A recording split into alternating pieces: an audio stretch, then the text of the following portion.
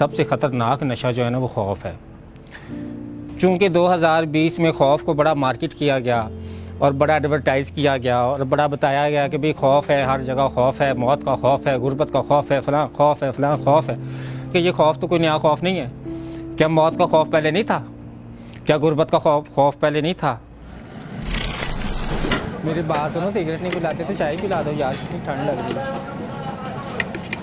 گم ہونے کا خوف بھی ہوتا ہے بعض اوقات، لاپتہ ہونے کا خوف بھی ہوتا ہے. تو ہمارے ہم تو بڑے سارے خوف پال رہے ہیں نا. مطلب کہ پہلے کوئی ہم شاندار زندگیاں کب گزارے تھے؟ ہم اپنے مثال لے لیتے.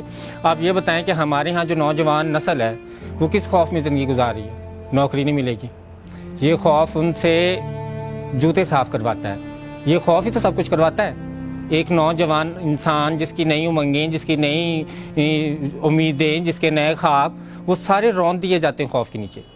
بے شک ہم لوگ مسلمان ہیں، ہمارا عقیدہ دل و جان سے کہ اللہ تعالیٰ ہمارے رزق کا ضامن ہے، لیکن انٹرنلائز نہیں ہے ہمارے اندر.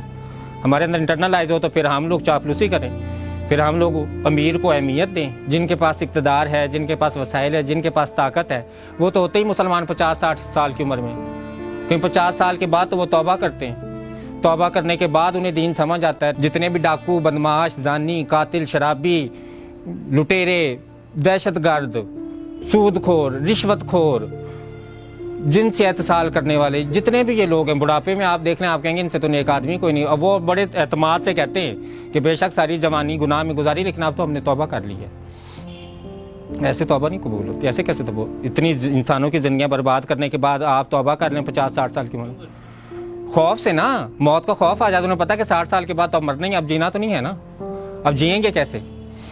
وہ تو اگر انہیں یہ پتا، اگر میں آپ سے شرط لگا لوں کہ اگر یہ کوئی سائنس ایسی ویکسین بنا لیتی ہے جس سے آپ کی زندگی 100 سال اور بڑھ جائے، تو دیکھنا کوئی بھی 60 سال کی عمر میں توبہ نہیں کرے گا، نہ نمازیں پڑھے گا. وہ کہے گا کہ ابھی تو چلو میں اپنا الو سیدھا رکھتا ہوں، ابھی تو میں پیسے کی خاطر لوگوں کی زندگیاں برباد کرتا ہوں. جب میں 180 سال کا ہو جاؤں گا تو توبہ کر لوں گا. توبہ کر کے جائے نماز پکڑ لوں گا اور ماتھے پہ ایک محراب ڈال لوں گا اور حاجی صاحب کہلانا شروع کر دوں گا.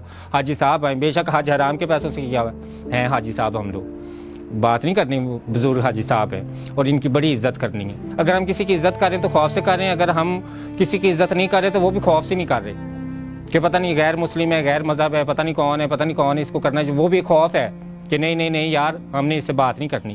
تو ہماری نوجوان نسل کو تو ناکامی کا انتہائی شدید خوف ہے.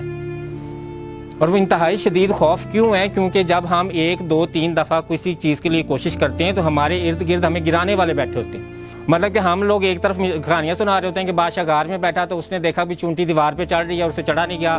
وہ کوئی 30 دفعہ اس نے کوشش کی اور پھر وہ دیوار پہ چڑھی اور اس نے اس کو دیکھ کے انسپائر ہوا اور جنگ لڑ کے جنگ جیت گیا. یہ کہانی سنانے کے بعد ہم اگلے کو کہتے تھے میں تینوں کیا سی نہ کرتے کو نہیں ہونا. تو ہمارے ہاں تو ڈسکریج کیا جاتا ہے، ہمیں خوف دلایا جاتا ہے، انکریج نہیں کیا جاتا. یہ خوف اتنا زیادہ بڑھ گیا کہ جب ہم بیٹی پیدا کر لیتے ہیں نا، سب سے پہلے ہم بیٹی کے اوپر روتے ہیں. استغفر اللہ. مطلب ہم کہتے رحمت ہے، سمجھتے اسے عذاب ہے. بیٹی کے پیدا ہونے پہ سب سے پہلے روتے ہیں. تو انسان کیا، جب ہم ارد گرد کے محلے والے اس کو تسلی دینے جاتے ہیں کہ نہیں نہیں بیٹی پیدا ہوگی تو نہ رو، کیا جواب دیتا ہے؟ بیٹی سے ڈر نہیں لگتا، بیٹی کے نصیبوں سے بڑا ڈر لگتا ہے. جو وہ جب بڑی ہو جاتی ہے تو اس کو ساری زندگی ہم یہ دکھاتے ہیں کہ بیٹا خامند کے گھر مر جانا، لیکن نکل جنازہ آئے، لاش آئے، زندہ نہ واپس آنا. خبریں نہیں ملتی، ساس نے آگ لگا دیا، سسرال والوں نے پھانسی دے دی، فلاں نے آگ لگا کے مار دیا، فلاں نے بیٹی کے پیدا ہونے پہ طلاق دے دی. پچھلے دنوں واقعہ جو آیا کہ عورت ہسپتال سے بیٹا کسی کا اٹھا لے، اپنی پیدا کی بیٹی وہیں چھوڑ آئی. تو اسے خوف تھا نا کہ خامند طلاق دے دے گا. اور خامند کیوں خوف کھا رہا ہے بیٹی کے پیدا ہونے سے؟ وہ میں نے آپ کو بتا دیا. بڑا ہمارے پاس ایک اچھا جملہ ہے، اور وہ جملہ کیا نہیں، بیٹی کے نصیبوں سے ڈر لگتا ہے، بیٹی سے تو ڈر نہیں لگتا. ہمارے معاشرے میں ایک وبا کرونا نہیں، کرونا کا تو نمبر میرا خیال بعد میں آنا چاہیے تھا. ہمارے ہاں جو وبائیں ہیں وہ تو ہوس کی ہیں، ہمارے ہاں وبائیں تو لالچ کی ہیں، ہمارے ہاں وبا تو ظلم کی ہے، ہمارے ہاں وبا تو خود غرضی کی ہے، ہمارے ہاں وبا تو بے حسی کی ہے. تو یہ وبائیں بھی تو متحد ہو کے ختم ہونی تھی نا. اگر ہم لوگ ایک کرونا کو متحد ہو کے ختم کرنا چاہتے تھے تو ہمیں باقی وباؤں کے خلاف بھی جو ہے نا متحد ہو کے لڑنا چاہیے. کہ 2020 کے اندر ہمیں سبق ملا جو ہے نا وہ اتحاد اور انسانیت کا ملا. اتحاد اور انسانیت کا اس لیے ملا کیونکہ سب کو جب موت کا خوف طاری ہو گیا تو سب لوگوں کو ایک دوسرے کا احساس ہونا شروع ہو گیا.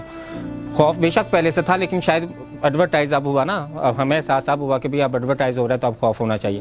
تو اس میں جو ہمارے پاس اتحاد اور انسانیت کا سبق آیا وہ کسی رنگ مذہب نسل کی بنیاد پر نہیں آیا. سب سے مزیدار بات یہ تھی کہ کسی نے بھی نہیں کہا کہ اگر یہ ایک نیچ ذات کی انسان کو کرونا ہوا ہے تو چھوڑو یار دفع کرو. اس کو اتنا علاج ضروری نہیں ہے. سب کے لیے ضروری تھا اور سب کے لیے خطرناک وبا تھی, اور اللہ کرے اب یہ وبا ختم ہو جائے, لیکن اس وبا کے ختم ہونے سے ہمارے یہ جذبات ختم نہیں ہونے چاہیے.